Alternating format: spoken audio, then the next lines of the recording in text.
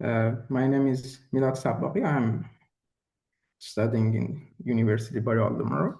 The title of this project, Empowering Data-Driven Simple Models with Feature-Rich and Data Lens for Forecasting of Landslide Displacement in Daunia area, Italy.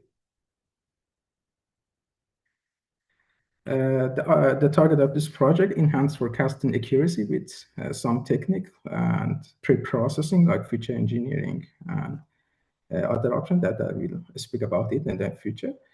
Integrate feature-rich data. Just with this technique, we're gonna have a smart data and simplify model complexity. We're just gonna use a simple model to show the power of feature engineering and develop early warning system capability. Indeed, we're gonna have a prediction for future. This study is focusing Bovino region. After decade of photograph analysis, identified over 17,000 landslide in this area. We have a creeping danger in this area, so ground is pretty much constantly on the move. And before I wanna start on speaking about model, I'm gonna show my conceptual model. After, for example, after choosing our target series and the changes of displacement during time, we are applying pre-processing and feature engineering, like, for example, variance reduction, rolling and smoothing, range reduction, imputation out and outlier. And then we have a feature engineering like differencing and Fourier series. Then we are introducing to the model and forcing on model, and we have a prediction. But part of it, we can have another look to our data. Indeed, we can divide it two parts: independent data and dependent data.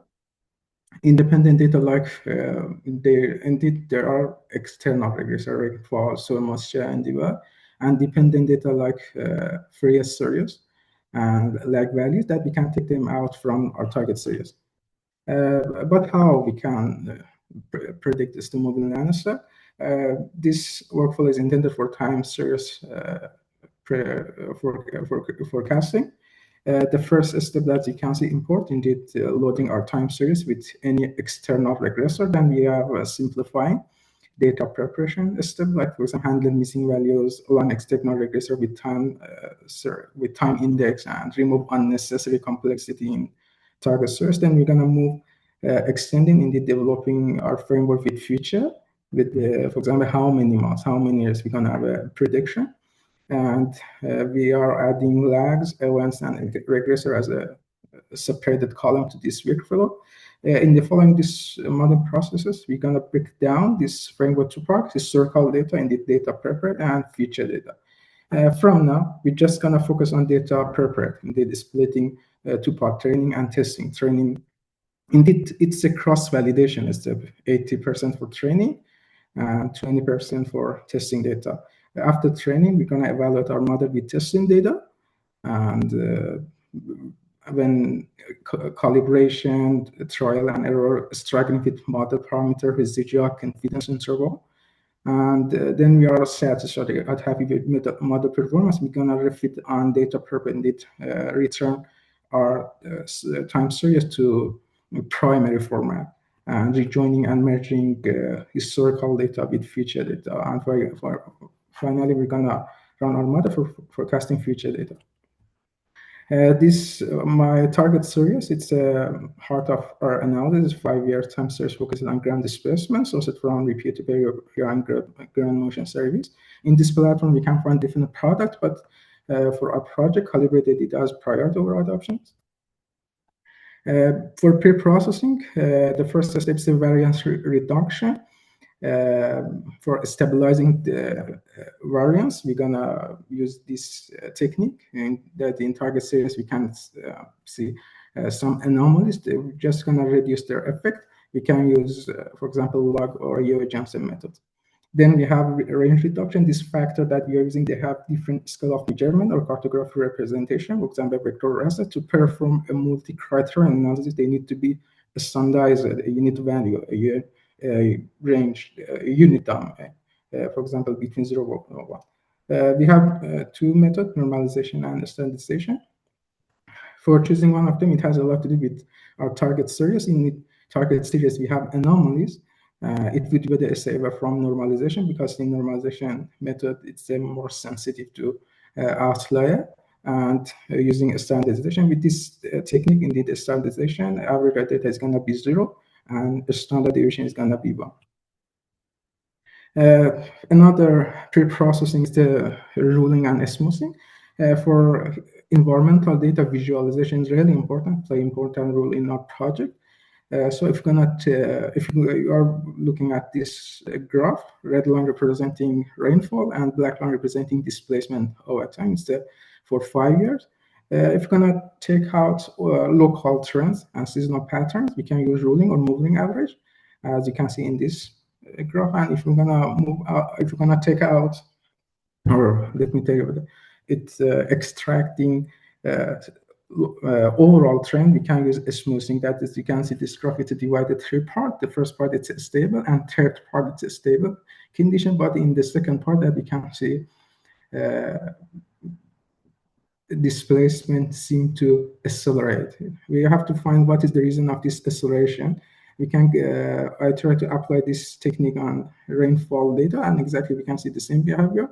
Indeed, in the second part, with increasing rainfall, we have a acceleration in displacement. Then we have feature engineering, Fourier series and lag. Fourier series components represent the seasonal and cyclic pattern. It's a high-power tool for turnout of autocorrelation and seasonality. But what is the result? The output of this operation is going to be transferring time dependent data into frequency-based representation. Then we have lag value, have the model to get dynamics behavior. Indeed, it's the autocorrelation,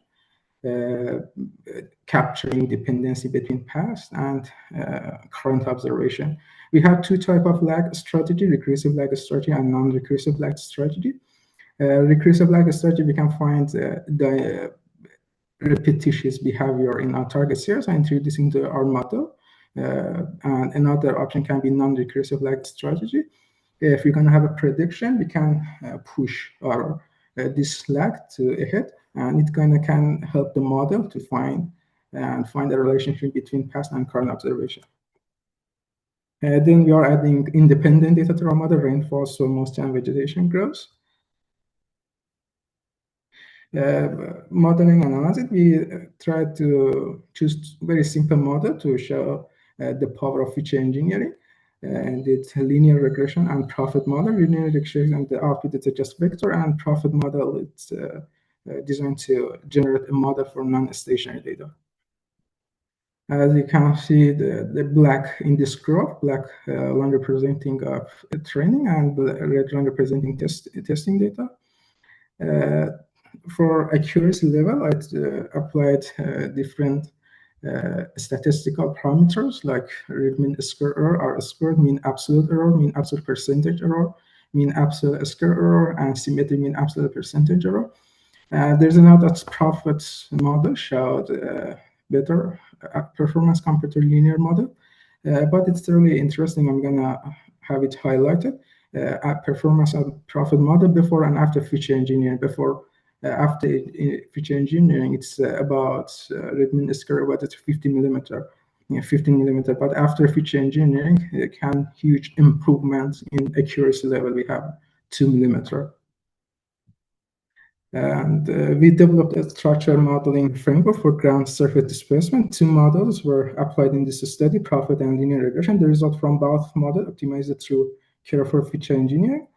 Profit feature engineering is critical for accuracy. The model applied on average critical data point as regional scale. This movement exhibited cyclic fluctuation, maximum displacement occurring in winter, and relative stability uplift noted.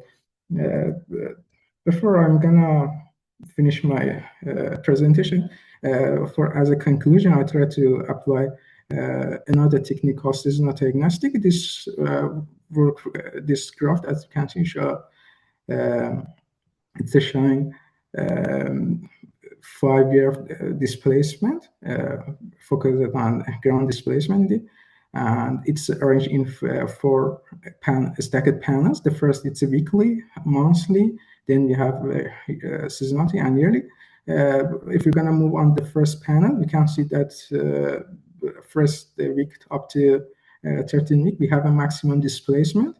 And in the summer, this displacement is kind of stable. Then we're going to move February monthly. That you can see February has a maximum displacement. And in the summer, August, September, October, kind of conditions stable. And seasonality in winter, there's another winter has a maximum displacement.